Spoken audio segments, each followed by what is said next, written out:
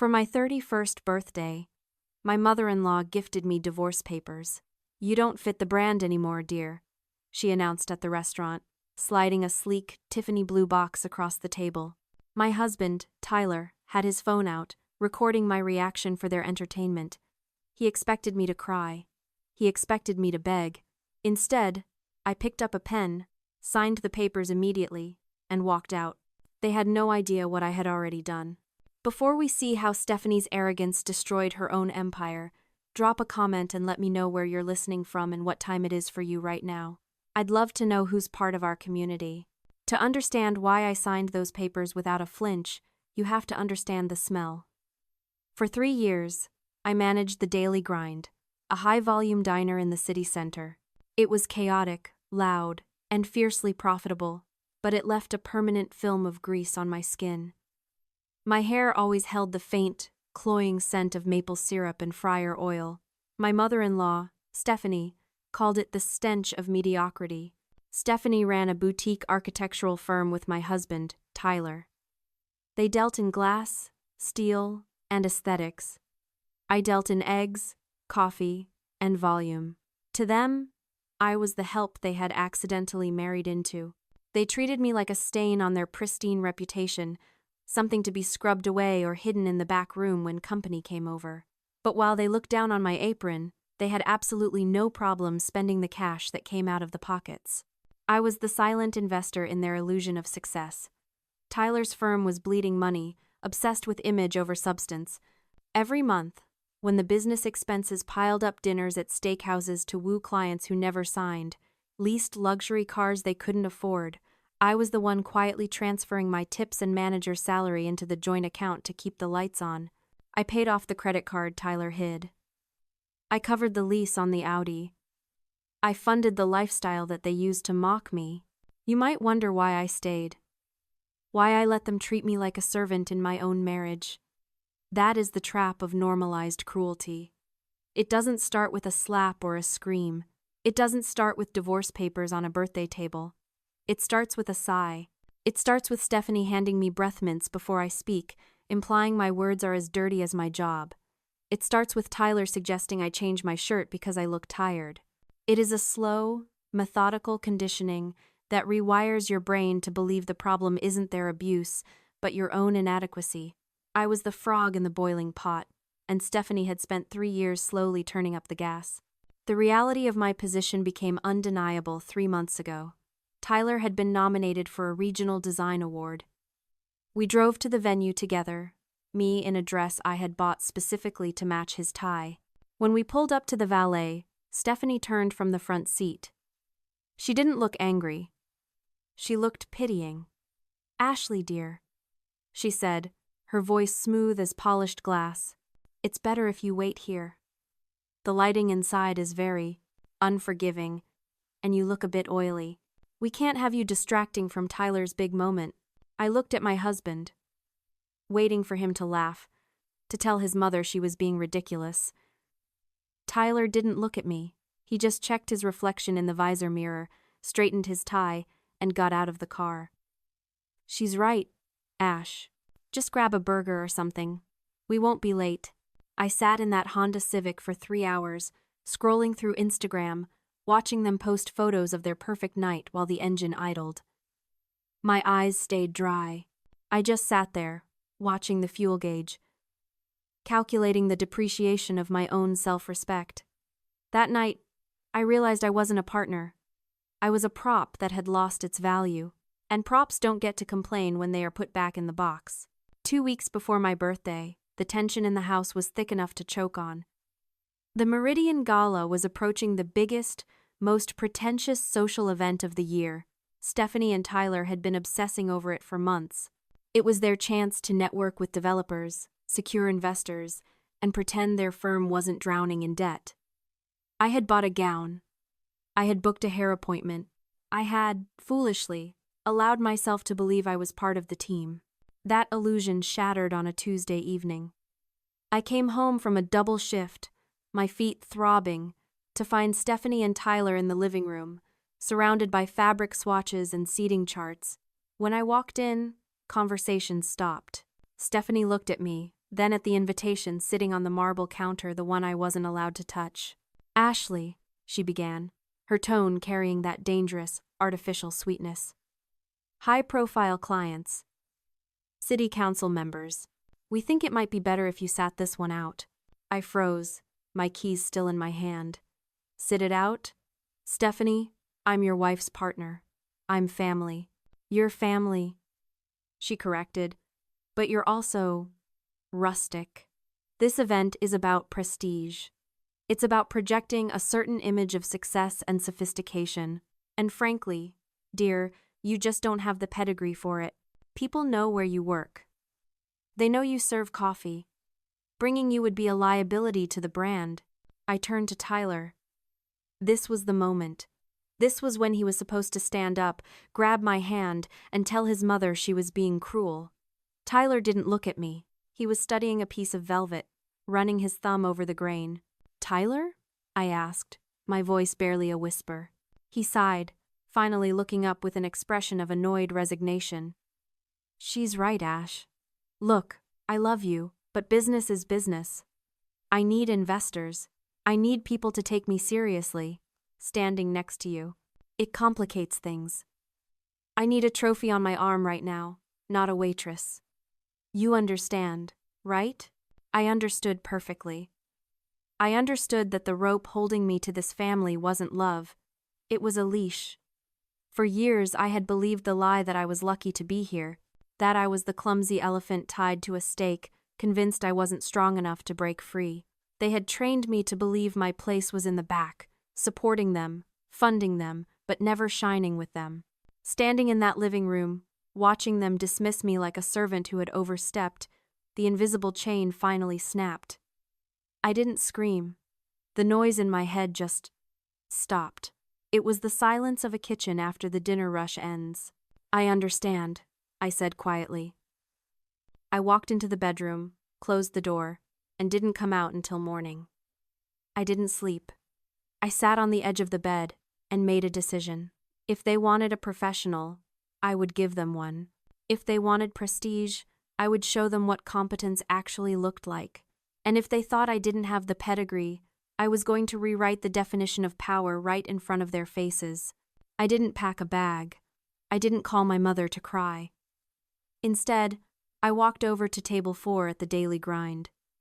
Mr. Bennett sat there every morning at 7 a.m., sharp, ordering dry toast and black coffee. To most people, he was just a grumpy retiree reading the Financial Times. To me, he was the only person who actually paid attention. He had watched me manage a kitchen fire, a walkout by 2 servers, and a lunch rush simultaneously without spilling a drop of coffee. What Stephanie didn't know was that Mr. Bennett wasn't just a regular. He was a founding board member of the Meridian Collective. I sat down opposite him. "I need a favor," I said. "I need an interview with the board. Today." Mr. Bennett didn't ask why. He had seen Stephanie belittle me when she came in for free coffees. He just nodded, pulled out a heavy cardstock business card, and wrote a number on the back. "Tell them I sent the general," he said. 2 days before my birthday, I walked into the glass-walled offices of the Meridian Collective. I wasn't wearing the pastel colors Stephanie liked. I wore a sharp black blazer. The interview wasn't about aesthetics. It was about war. The hiring committee asked me about floral arrangements and color palettes. I cut them off. I laid out a spreadsheet on the mahogany table. I showed them how their last 3 galas had bled money due to vendor mismanagement and overtime costs. "You have plenty of artists," I told them. "You don't need another visionary. You need a general who knows how to feed 500 people in 40 minutes without the soup getting cold. You need logistics." By the time I left the building, I wasn't just an applicant. I was their new event director. That brings us back to the diner, to my 31st birthday, to the Tiffany blue box and the divorce papers. Stephanie watched me with that smug, predatory smile, waiting for my world to collapse. Tyler held his phone steady, framing the shot for maximum humiliation. They thought they were discarding a waitress. They didn't realize they were handing the keys to the kingdom to the only person who knew how to change the locks. I picked up the pen. The ink flowed smoothly across the signature line. "Ashley Vance." I didn't hesitate. I didn't read the clauses. I signed away the marriage, the prestige of the family name, and the anchor that had been drowning me for years. There, Stephanie said, reaching for the papers. It's for the best, dear. You'll be happier with your own kind. I agree, I said. I kept my hand on the papers, preventing her from taking them. Then, I reached into my purse. I pulled out a heavy cream envelope, the kind with the Meridian watermarked logo on the seal. I slid it across the sticky diner table, right next to the divorce decree. I accept your gift, Stephanie, I said, my voice level and cold. Now, you need to accept mine. Stephanie frowned, her perfectly manicured nail lifting the flap of my envelope. She pulled out the offer letter. I watched her eyes scan the header. The Meridian Collective. Position. Event Director. I watched the color drain from her face as she realized whose signature was at the bottom. I'm running your gala next week, I said. And Tyler? You might want to keep recording. This is the part where you realize you just fired the person who controls your guest list. Stephanie stared at the offer letter like it was radioactive. Tyler stopped recording, his thumb hovering over the screen, his face slack with confusion. Event director? He sputtered. But, you run a diner. You don't know anything about high society. I know logistics, I said, standing up. And I know how to spot a sinking ship. I walked out of the diner, leaving them with the divorce papers and the realization that their biggest event of the year was now in my hands. But the real blow hadn't landed yet. 3 days later, I sat in the office of my friend Sarah, a forensic accountant. I had asked her to look into the joint accounts one last time before the divorce was finalized, just to make sure my name was clear. What she found turned my blood cold, and then, immediately hot with triumph. Ashley, did you know about the crypto account? Sarah asked, turning her monitor toward me. No. Tyler said he dabbled a bit, but that was years ago. He didn't dabble. He leveraged. Sarah pointed to a series of red lines. He took out loans against the firm's assets. He gambled on altcoins. And he lost. Big time. There's a $60,000 debt here, Ashley. And the IRS has flagged it for an audit next month. I stared at the numbers. $60,000. That was why they were so desperate for the gala to succeed. That was why they needed investors. And that was why Stephanie had pushed for the divorce so suddenly. She wasn't just trying to get rid of me because I didn't fit the brand. She was trying to protect Tyler. By forcing me to sign the divorce papers before the audit date, they thought they were cutting off a potential liability, someone who might ask questions or refuse to sign more loan documents. But in their arrogance, they had made a fatal error. By legally severing me from the marriage before the debt was officially consolidated into the joint liabilities, they had inadvertently saved me. If I had stayed married another week, half that debt would have been mine. I called Tyler. He picked up on the first ring, sounding breathless. Ashley, look, about the gala. Maybe we can talk. We can't, I said, but I wanted to thank you. Sarah found the $60,000, Tyler. I know about the audit. Silence on the other end. Then, a terrified whisper. You're going to tell the investors?